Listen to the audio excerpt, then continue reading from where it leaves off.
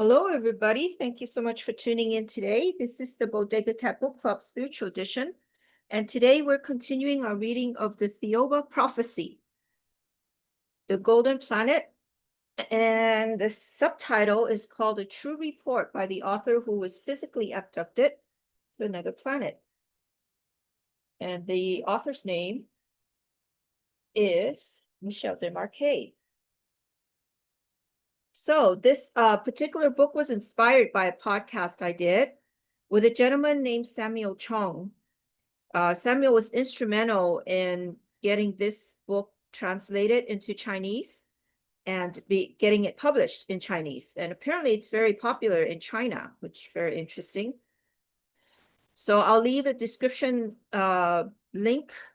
I'll leave the link in the description box below for you guys to check it out. And while you're there, you could check out our other podcast as well. You can find that through our website. We have a monthly newsletter that we put out, so you can sign up for that and keep in touch, keep up to date with what we're doing here. And we also have podcasts where I interview very interesting people from all walks of life, and you can check that out on our website as well. And then in the meantime, if you like to read books and listen to podcasts, check out our YouTube channel. We have past podcasts. So the podcast you can find on our YouTube channel or on our website. And our past books that we've read in our book club, you could find that on our YouTube channel. So if you have a book that you want us to read, you can recommend that. I'll leave a link in the description box below as well. So on Mondays, we have our spiritual book club. And Wednesdays, we have our health book club where we read anything health related. And then Thursdays, we have our financial book club where we read anything financially related. So you could check that out. And if you want to support us, check out our merch. We're working on designing new designs for our different products. And so you can come back and check check the merch out periodically, and you could find that on our website as well. And I'll leave a link in the description box also. And if you're local in the Los Angeles area or traveling to the Los Angeles area, come visit us in person. We have a healing center where we use technologies based on Nikola Tesla's scalar wave research for holistic healing for animals, cats and dogs, and humans. So you could check us out there. All right, so let's do it. This is chapter 7. And the book itself doesn't have a chapter number. It's something I came up with for my own gratification. But this particular chapter is called The Continent of Mu and Easter Island. And if you have a book, you can follow us there. If not, you can follow us with us on the screen here, whichever works for you. All right, let's do it. Before leaving the doko, Tao fitted a mask on my forehead, a mask that was different from the one I'd worn previously. I was able to see colors that were much more vivid and much more luminous. How do you feel in your new Voki, Michelle? Do you find the light tolerable? Yes, it's fine. It's so beautiful, and I feel so. With that, I collapsed at Tao's feet. She took me in her arms and carried me to the flying platform. I awoke in my doko, quite astonished. My shoulder was hurting. Quite instinctively, I put my hand to the pain and grimaced. I'm really sorry, Michelle, but it was necessary. There was just a hint of remorse in Tao's expression. What happened to me? Let's say that you fainted, although the word is not quite appropriate. Rather, you were overwhelmed with beauty. Your new Voki allows 50% of the vibrations of color on our planet to pass, whereas your former Voki subdued all but 20%. Only 20%? That's incredible. All those marvelous colors I could see, the butterflies, the flowers, the trees, the ocean. No wonder I was overcome. I remember during a journey I made from France to New Caledonia, we called in at the island of Tahiti. While there, I toured the island with family and friends in a hired car. The islanders were delightful and made such a charming picture with their straw hats constructed on the banks of lagoons amidst what? How do you pronounce that? Bougainvillea? Sorry, butchered that. Hibiscus and ixoras, red, yellow, orange, and purple, surrounded by well-kept lawns and shaded by coconut trees. The backdrop to these scenes was provided by the blue of the ocean. We spent all day touring the island, and I described it in my journal as having been an entire day of inebriation for my eyes. I was indeed intoxicated by the beauty around me, and yet now I admit all that was nothing compared with the beauty here on your planet. Thou had listened to my description with marked interest, smiling all the while. She placed her hand on my forehead and said, "Rest now, Michel. Later you will feel better and be able to come. Later you will feel better and be able to come with me." I fell asleep immediately and slept peacefully without dreaming. I think for about 24 hours. When I awoke, I felt rested and refreshed. Tao was there, and the Toli and Biastra had joined her. They had regained their normal size, and I commented on the fact straight away. Little time is required for such a metamorphosis, Michel explained Biastra, but that is not important. Today, we're going to show you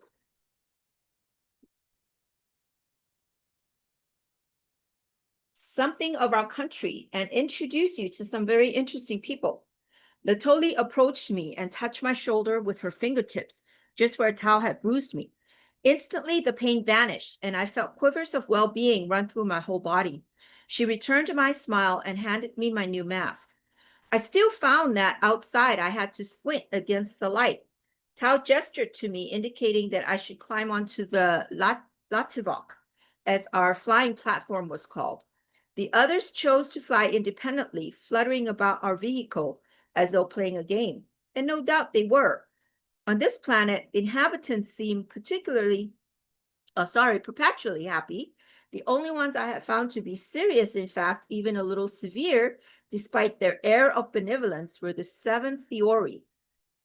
There's a footnote about that. The theori is the plural of theora.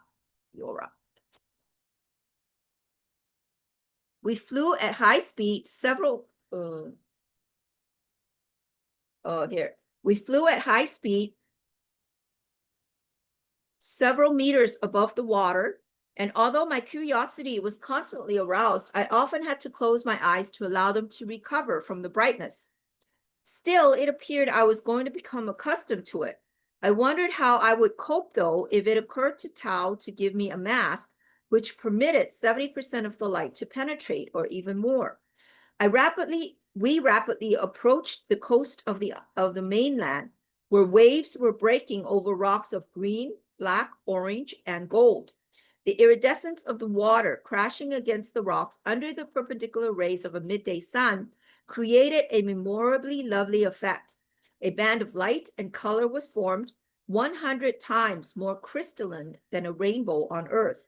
We rose to an altitude of about 200 meters and proceeded to travel over the continent.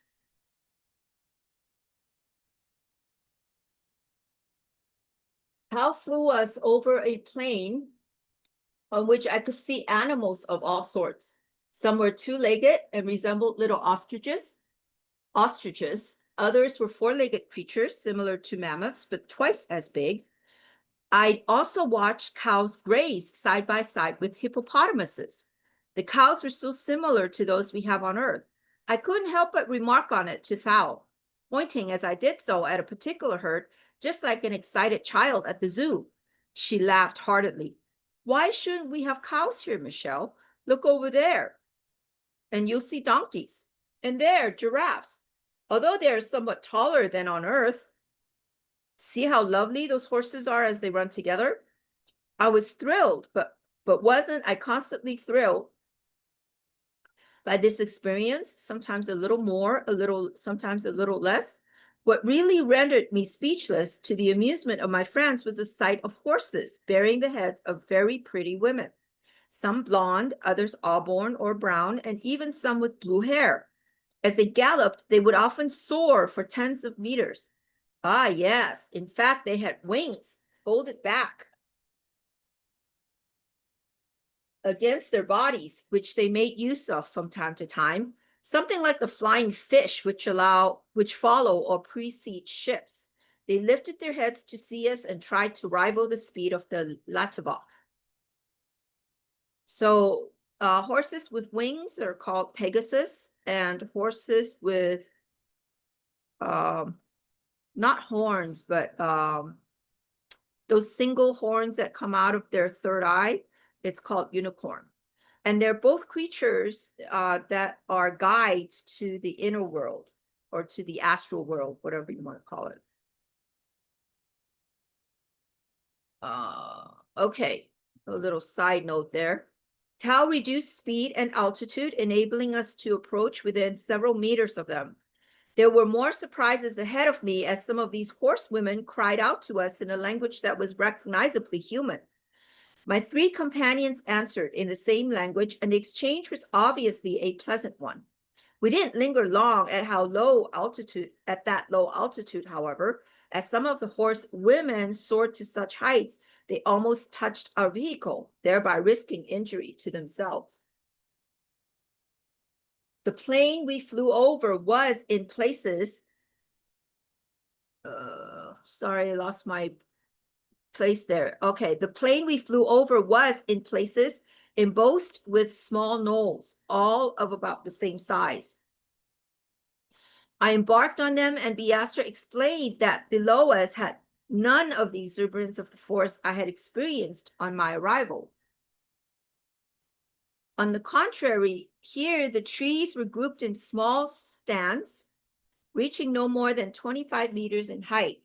As we passed, large white birds took flight by the hundreds, only to stand again a safe distance away. A wide watercourse flowed to the horizon, dissecting the plain with its lazy wanderings. I could make out some small dokos grouped together on the bend of a river. Tau guided the Latavok above the water, reducing altitude to water level as we approached the settlement. We landed in a small square between two dokos and were immediately surrounded by the inhabitants. They didn't scramble or push to get near us. Rather, they stopped what they were doing and calmly approached us.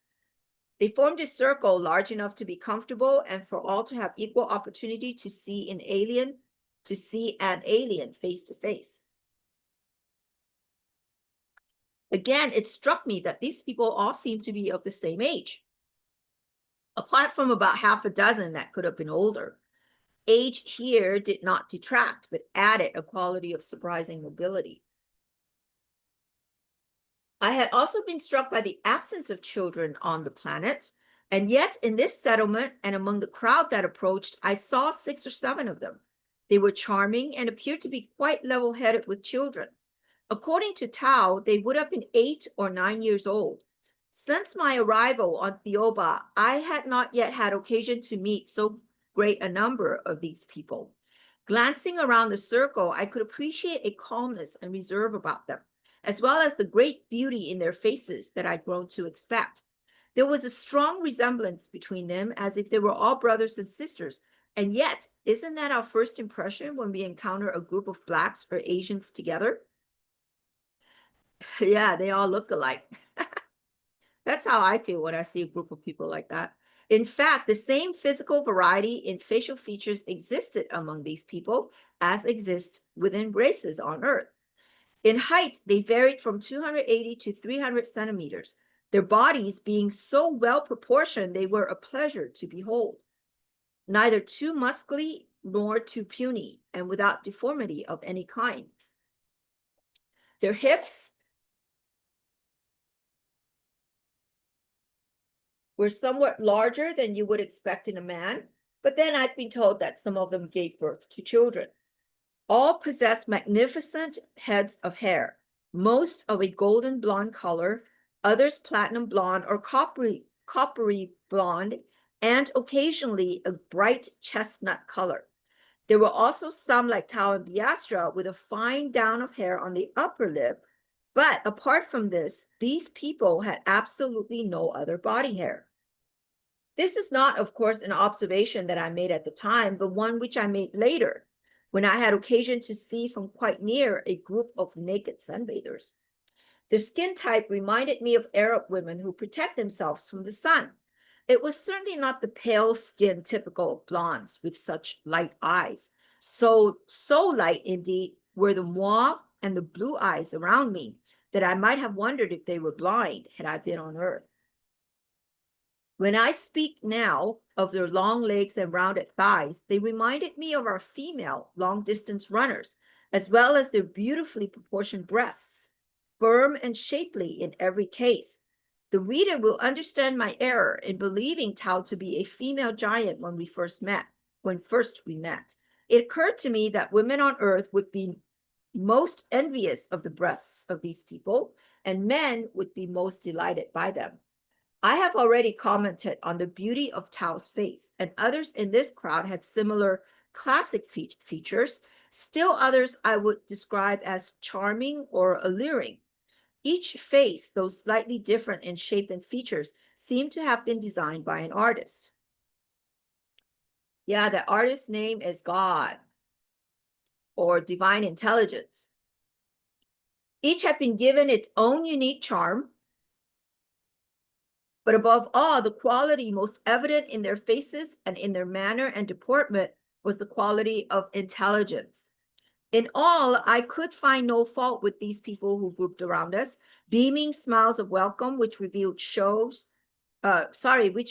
rows of perfect white teeth. Their physical perfection did not surprise me, since Tao had explained their ability to regenerate the body cells at will. There was no reason, therefore, that these magnificent bodies should age.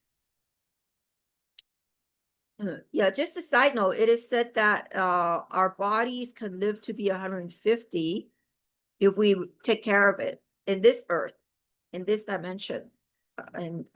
Yeah. So yeah, the only problem is we put so much toxins and junk in our body that we age faster and we die younger. So anyways, food for thought. All right, onward. Are we interrupting them in their work? I asked Biastra, who happened to be by my side. No, not really, she replied. Most of the people in this town are on vacation. It is also a place where people come to meditate. 3 of the elders approached, and Tao asked that I address them in French and loudly enough for everyone to hear. I believe I said, I am very happy to be among you and to be able to admire your wonderful planet. You are fortunate people, and I myself would like to live among you. This speech released a concert of exclamation, not only on account of their language, which most of them had never before heard spoken, but also for the sense of what I had said, which had been telepathically communicated. Biastra signaled we should follow Biastra signaled we should follow the 3 elders who led us into one of the dokos. When the 7 of us were comfortably installed, Tao began. Michel, I would like to introduce you to Lationusi. She held her hand towards one of the 3, and I bowed. Lationusi was about 14,000 of your years ago, the last king of the continent Mu on Earth. I don't understand. You don't want to understand, Michel, and at this particular moment, you resemble many of your peers on Earth. I must have looked troubled, for Tao, Biastra, and the Toli laughed loudly. Don't look like that, Michel. I just meant to jostle you a little. Now, in the presence of Lationusi, I'm going to explain one of the mysteries that elude many experts on your planet, who, I might add, would do better to devote their precious time discovering more useful things. I'm going to unveil not one, but several of the mysteries which obsess them.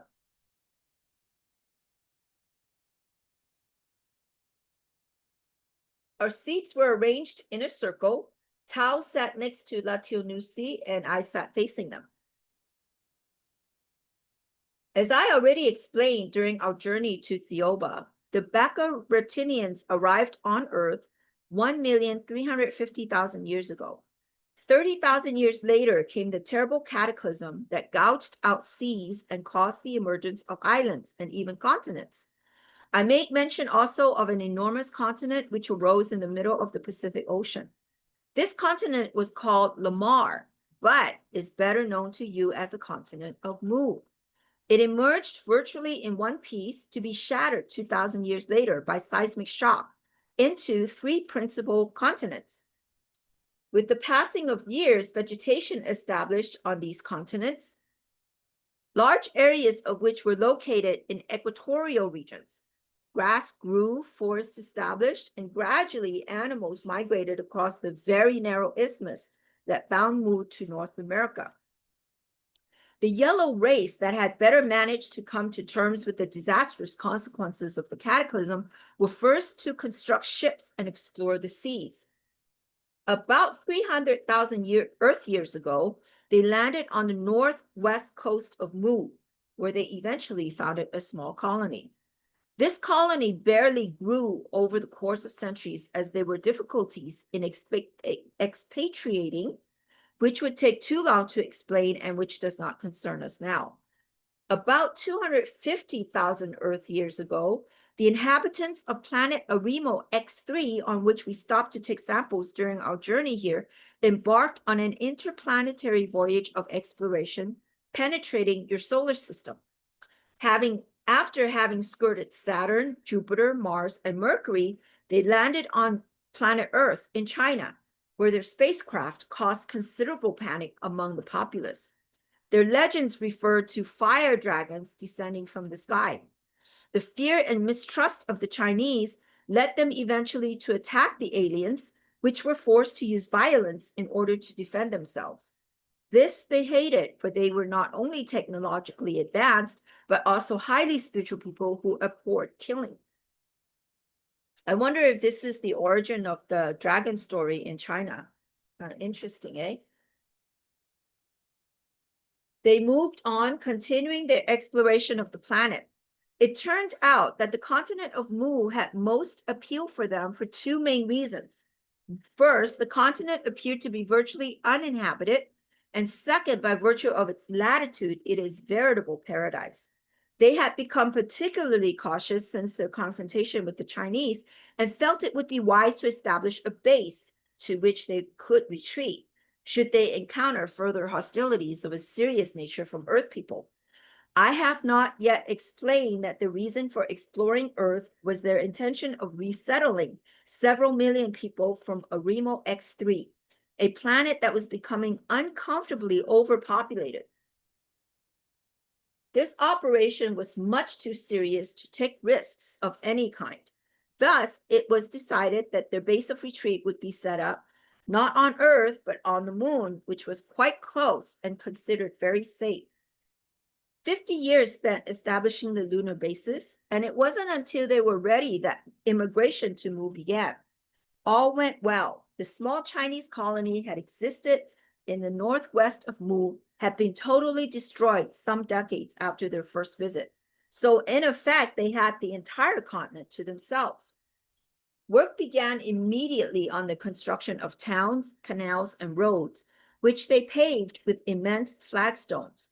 Their usual means of transport was a flying chariot, not unlike our Latifos.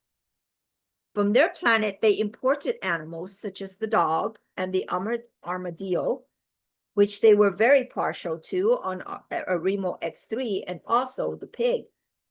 When she told me about all those imported animals, I remembered how astonished I'd been to see pigs and dogs on that famous planet during our earlier visit.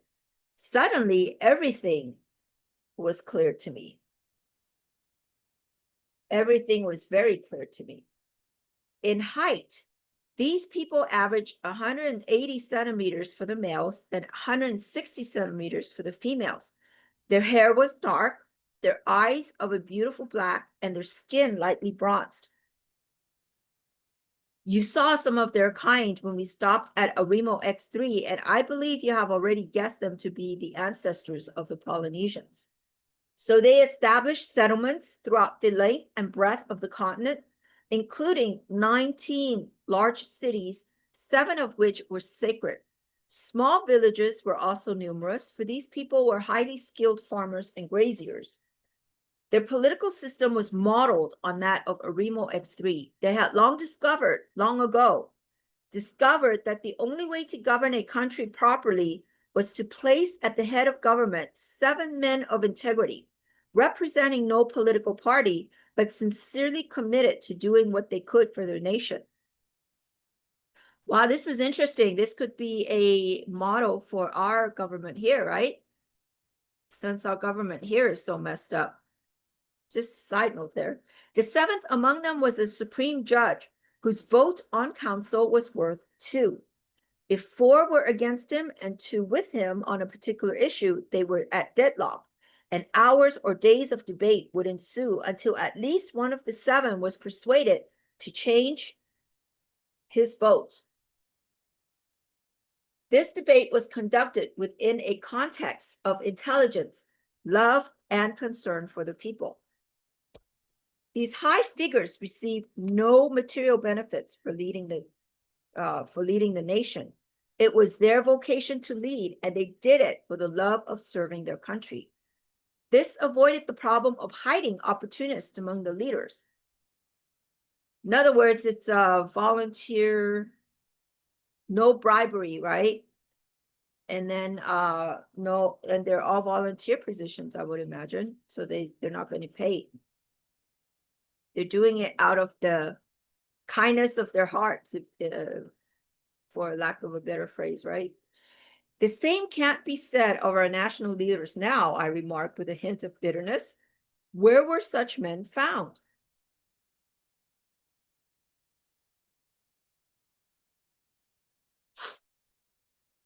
The procedure was as follows.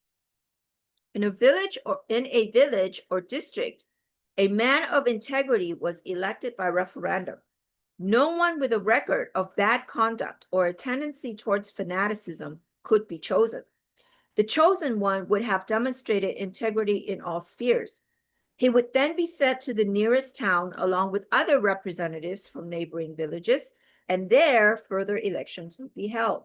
For example, if there were 60 villages, there would be 60 men elected by the people for their integrity and not for the promises which they made but couldn't keep.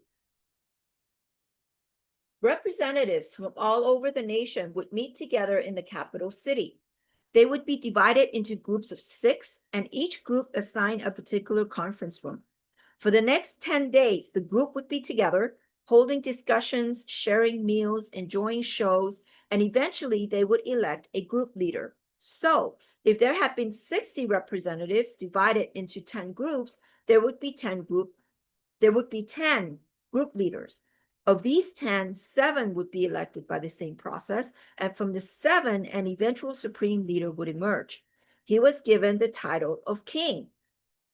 So he was a Republican king, I said. Thou smiled at my remark, and Lationusi gave a slight frown. The king was elected in this way only if his predecessor died without having nominated a successor, or if the successor was not unanimously accepted by the Council of 7. He was given the title of king, first because he was the representative on earth of the Great Spirit, and second because 9 times out of 10, he would be the son or near relative of the preceding king. Something like the Roman method then. Yes, indeed. However, if this king manifested the slightest tendency towards dictatorship, he was overthrown by his council of peers. But let's go back now to our immigrants from Arimo X3. Their capital city, given the name Savanasa, was situated on a plateau overlooking the Gulf of Suvatu. The plateau was 300 meters high, and except for 2 hills, one in the southwest and one in the southeast, this was the highest point on the continent of Mu. I'm sorry, Tom, may I interrupt? When you explained the cataclysm which knocked the Earth off its axis, you said that refuge on the moon was not possible because it didn't exist. And yet now you say that safety bases were established on the moon for these immigrants.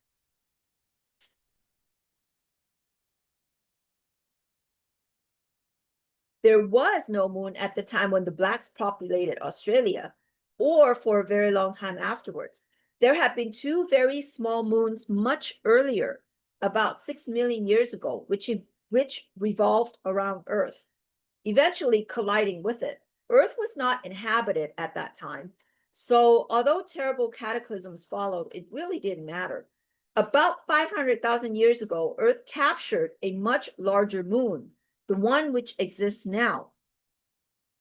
It was passing too close to your planet and was attracted into an orbit. This often happens with moons. Further catastrophes were provoked by this event. What do you mean when you say passing too close to Earth? Why didn't it crash? And anyways, what is a moon? It could have crashed, indeed, but that doesn't often happen. A moon is originally a small planet revolving around its sun in a spiral that becomes increasingly tight. The smaller planets spiral more rapidly than the larger ones, whose inertial force is less. Their spiral being faster, the smaller planets often catch up to the larger planets. And if they pass too closely, the gravitational attraction of the planet will be stronger than that of the sun. The smaller planet begins to orbit the larger one, still in a spiral, which will sooner or later result in a collision. Are you saying that our beautiful moon, celebrated in poem and song, will one day fall on our heads? One day, yes, but not for about 195,000 years. Oh boy, I must have seemed relief, and my fright somewhat comical, for my host all laughed. Tao continued, when that happens, when the moon collides with the earth, that will be the end of your planet. If the people of Earth are not sufficiently spiritually and technologically advanced at that time, it will mean a Holocaust. But if they are, they will have evacuated to another planet. Everything in its time, though, Michel. For now, I must finish off my story concerning the continent of Mu. Savanasa then was situated on a vast plateau overlooking plains, which rose on average no more than 30 meters above sea level. On this plateau and in the center, an enormous pyramid was constructed. Each stone used its construction, some weighing more than 50 tons, was cut precisely to within 1/5 of a millimeter, using what we can call ultrasonic vibratory systems. This was done in the quarries of Holoton continent. This was done in the quarries of Holoton, now found on Easter Island, which was the one place on the entire continent where this special rock could be found. There was, however, another quarry at Natora, southwest of the continent. The enormous stones were transported using anti-gravitational techniques well known to these people. They were carried on platforms 20 centimeters above the paved roads and were constructed using the same principles as those of the pyramids. Roads such as these were built all over the country, converging like a massive spider web on the capital, Savanasa. So just a side note, so the pyramids were built using sound, right? It is one of the theories out there. Not mainstream, by the way. Okay, the huge stones were taken to Savanasa and put into position according to directions from the master or chief architect on the project. When finished, the pyramid measured exactly 440.01 meters in height, and its four faces were oriented precisely towards the 4 points of the compass. Was this intended to be the king's palace or his tomb? Everyone wore the same indulgent smile that often appeared when I asked a question. Nothing of the sort, Michel. This pyramid was much more important. It was a tool, an enormous tool, I admit. but a tool just the same. So too was the pyramid of Cheops in Egypt, though it was much smaller in size. A tool, please explain, I am no longer with you. It was true I was having trouble following Tao, but I could sense one of the great mysteries was about to be revealed to me, one which had provoked so much inquiry and had been the subject of so much writing on earth. You will have realized, Tao resumed, that these were highly advanced people. They possessed a profound understanding of universal law and used their pyramid as a captor of cosmic rays, forces, and energies, as well as terrestrial energies. Inside, rooms positioned according to a precise plan served the king and certain other great initiates as powerful communication centers, enabling telepathic communication with extraterrestrials. Such communications. Oh, sorry, I missed that. Okay, let's try that sentence again. I'll try that. I'll start with the paragraph again. Sorry about that. Inside, rooms positioned according to a precise plan serve the king and certain other great initiates as powerful communication centers, enabling telepathic communication with other planets and other worlds in the universe. Such communication with extraterrestrial is no longer possible for people on Earth. But the people of Mu in those days, by natural means and by exploiting cosmic forces, were in constant communication with other beings and were even able to explore parallel universes. Was this the sole purpose of the pyramid? Not quite. Its second use was to make rain by a system of plates made of a special alloy, incorporating silver as its major component. These people were able in a few days to cause the accumulation of clouds above the country, and so to have rain as they needed it. Thus, they were able to create virtually a paradise over the whole continent. Rivers and springs never dried up, but flowed lazily across the numerous plains of a land that was essentially flat. Fruit trees were laden with fruit, bowing under the weight of oranges, mandarins, or apples, according to latitude. Exotic fruits of kinds that actually no longer exist on Earth were harvested in abundance. One such fruit, called the lecote, possessed a property that caused an excitation of brain activity, allowing whoever ate it to solve problems which would normally be beyond them.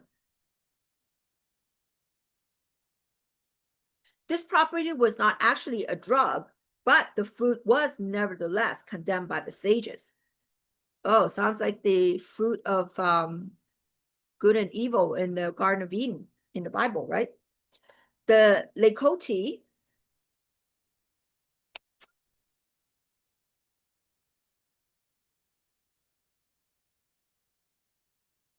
was only authorized to be planted in the gardens of the king. So there's a footnote about that. Okay, in writing this book, I don't know if you guys can read that. Let me move the camera in a little bit, just a little bit here. Okay. In writing this book, I feel it is interesting to emphasize the striking similarity between this prohibition from eating the lecote for reasons relating to knowledge, and in the Bible, Adam being forbidden to eat the apple on similar grounds. Boy, I must be psychic. I just said that. That's kind of funny. All right. Anyways. Man being what he is, however, the fruit was secretly planted in various places throughout the continent. It's called the black market. Those caught with the fruit were highly punished, for they had directly disobeyed the king of Mu. In matters of religion and government, he was to be obeyed absolutely, as he was the representative of the Great Spirit. As such, the king was not one to be worshipped. He simply represented another. These people believed in Thiaoouba. The God, the Spirit, the one and only, the creator of all things. And of course, they believed in reincarnation. What concerns us here, Michel, are the great events which occurred on your planet in times long gone so that you will be able to enlighten your people. I won't therefore elaborate on my description of the continent that was home to one of the best organized civilizations to have existed on Earth. However, you should know that after a period of 50,000 years, the population of Mu was 80 million. Expeditions were undertaken regularly to explore and research aspects of the planet. For these expeditions, they used flying ships, similar to what you call flying saucers. It was known that most of the planet was populated by black, yellow, and also white races, although the latter had regressed into a punitive state due to their loss of technical understanding right at the beginning. These white people had actually arrived on Earth in very small numbers at a time in between the arrival of the Baccaratinians and the colonizing of Mu. They had settled on a continent known to you as Atlantis, but as much for material as spiritual reasons, their civilization failed completely. What do you mean by material reasons? Natural disasters, which effectively destroyed their towns and almost all that might have followed them to advance technologically. I must emphasize the following point. Prior to embarking on their exploratory expeditions of the planet, the inhabitants of Mu had conducted research by means of the Pyramid of Savanasa. As a result of this research, it was decided to send forth the flying ships and to colonize New Guinea and the southern Asiatic region, that is, all to the west of Mu. Simultaneously, they set up colonies in South America and Central America. Most importantly, they established a colonial base, which grew into a huge town in the area known to your archaeologists as Tiahuano, located not far from Lake Titicaca. The Andes did not exist at the time. The mountains formed sometime later, as you will soon see. Oh, sorry.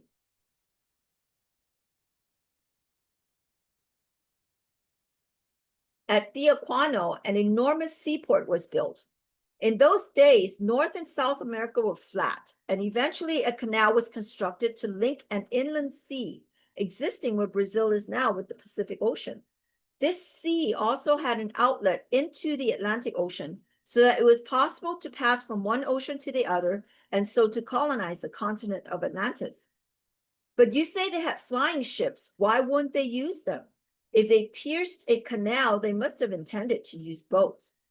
They used their flying machines just as you now use airplanes, Michel, but for very heavy loads. They used machines of anti-gravitation, exactly like the heavy vehicles are now used on Earth. So, as I said, they colonized the continent of Atlantis. Many white people from Atlantis preferred at the time to immigrate to the region of Northern Europe, as they didn't accept the new government and the new religion coming from Mu. These white people set off in their sea vessels propelled by steam and wind. Indeed, the white race had discovered steam power, having passed through a period you would call prehistoric. I must also explain that Britain was not an island at this time as it was joined to Northern Europe, and the Straits of Gibraltar didn't exist either. As Africa reached to the south of Europe, many white people from Atlantis immigrated to North Africa, mixing with the crossbred black-yellow race of the area. Interbreeding created new races in North Africa, which have perpetuated themselves over thousands of years and which you know as Berbers, Tuaregs, and others. We often visited Earth during those times. When we judged the time opportune, we went overtly to visit the king of Mu, and according to his request or the information he gave us, we would visit the new colonies. In India, for example, or in New Guinea, the people of Mu sometimes experience great difficulties assimilating their civilization with that already in existence. We would arrive openly and publicly in vessels quite like the one we brought you to Thiaoouba, although different in shape. Our size, which has always been large, and our radiant beauty meant that we passed as gods in the eyes of people who were not greatly advanced. and in some cases were even cannibals. According to our mission, it was important that we impress as friendly gods in the eyes of the colonizers so that war could be avoided, something which they abhorred on account of their advancements, their beliefs, and their and their religion. It is because of our frequent visits during this period that there are so many legends on Earth describing giants and chariots of fire from the heavens. We were great friends with the inhabitants of Mu, and my astral entity at the time existed in a body quite similar to the one I'm wearing now. Artists and sculptors gave us much consideration. They consulted the king of Mu, and with his consent, worked to immortalize us. The immense statues at Holoton, Easter Island. Okay, let me finish the sentence here. Are examples of such work. They were, for the civilization of the time, the ultimate of great art, being in size and shape what you would describe as stylized. So there's a footnote about the Easter Island. Holoton, Easter Island, was situated at the southeast of the continent of Mu.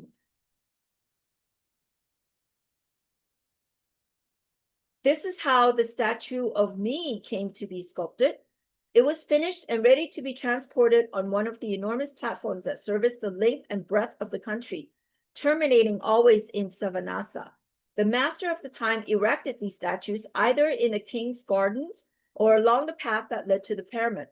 Unfortunately, when the statue representing me, along with several others, was about to be transported, a cataclysm occurred which destroyed the continent of Mu. However, Holoton is partially spared. When I say partially, you must realize that the quarries have been 10 times as extensive as the vestiges that remain today.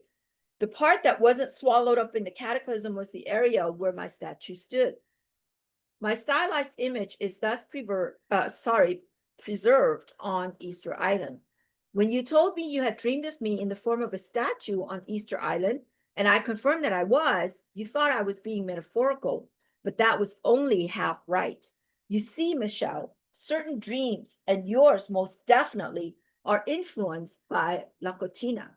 This is something for which there is no corresponding word in any earth language. It is not necessary for you to understand the phenomenon, but under its influence, it is a true dream.